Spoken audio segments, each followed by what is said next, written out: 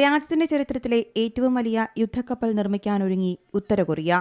നാംബോ കപ്പൽ നിർമ്മാണ കേന്ദ്രത്തിൽ നിർമ്മിക്കുന്ന നൂതനമായ കപ്പലിന്റെ സാറ്റലൈറ്റ് ചിത്രങ്ങളാണ് ഇപ്പോൾ പുറത്തുവരുന്നത്. നിലവിലെ കിം ജോങ് ഉന്നിന്റെ സൈനിക ശേഖരത്തിലുള്ള കപ്പലുകളേക്കാൾ ഇരട്ടി വലിപ്പമുള്ള യുദ്ധക്കപ്പലാണ് ഒരുങ്ങുന്നതെന്നാണ് റിപ്പോർട്ടുകൾ വ്യക്തമാക്കുന്നത്. അമേരിക്ക കേന്ദ്രീകരിച്ചുള്ള സ്ട്രാറ്റജിക് ആൻഡ് ഇന്റർനാഷണൽ സ്റ്റഡീസ് ആണ് ഏപ്രിൽ 6 നിർമ്മാണത്തിലിരിക്കുന്ന കപ്പലിന്റെ ചിത്രം പുറത്തുവിട്ടിരിക്കുന്നത്. ഏകദേശം 140 മീറ്ററാണ് കപ്പലിന്റെ നീളം കണക്കാക്കുന്നത്. കപ്പലിന്റെ നിർമ്മാണം അന്തിമഘട്ടത്തിലാണെന്നാണ് CSIS സൂചിപ്പിക്കുന്നത്. പുതുതായി നവീകരിച്ച പോർട്ടിന് സമീപം നിർത്തിയിരിക്കുന്ന കപ്പലും അതിന്റെ അടുത്ത് 2 ക്രെയിനുകളും നിർമ്മാണത്തിനു വേണ്ടിയുള്ള സാമഗ്രികളും ഉൾപ്പെടുന്ന സാറ്റലൈറ്റ് ചിത്രമാണ് പുറത്തുവന്നിരിക്കുന്നത്. നിർമ്മാണത്തിലിരിക്കുന്നതുകൊണ്ട് കപ്പലിന്റെ പല ഭാഗങ്ങളും മറച്ചിരിക്കുകയുമാണ്.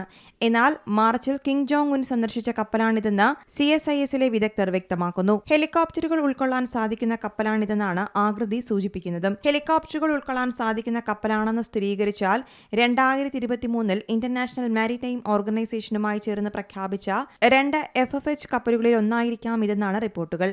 കരയിലും കടലിലുമുള്ള ആക്രമണങ്ങളെ തടുക്കാൻ യുദ്ധക്കപ്പലിനാകുമെന്നും സൂചനയുണ്ട്.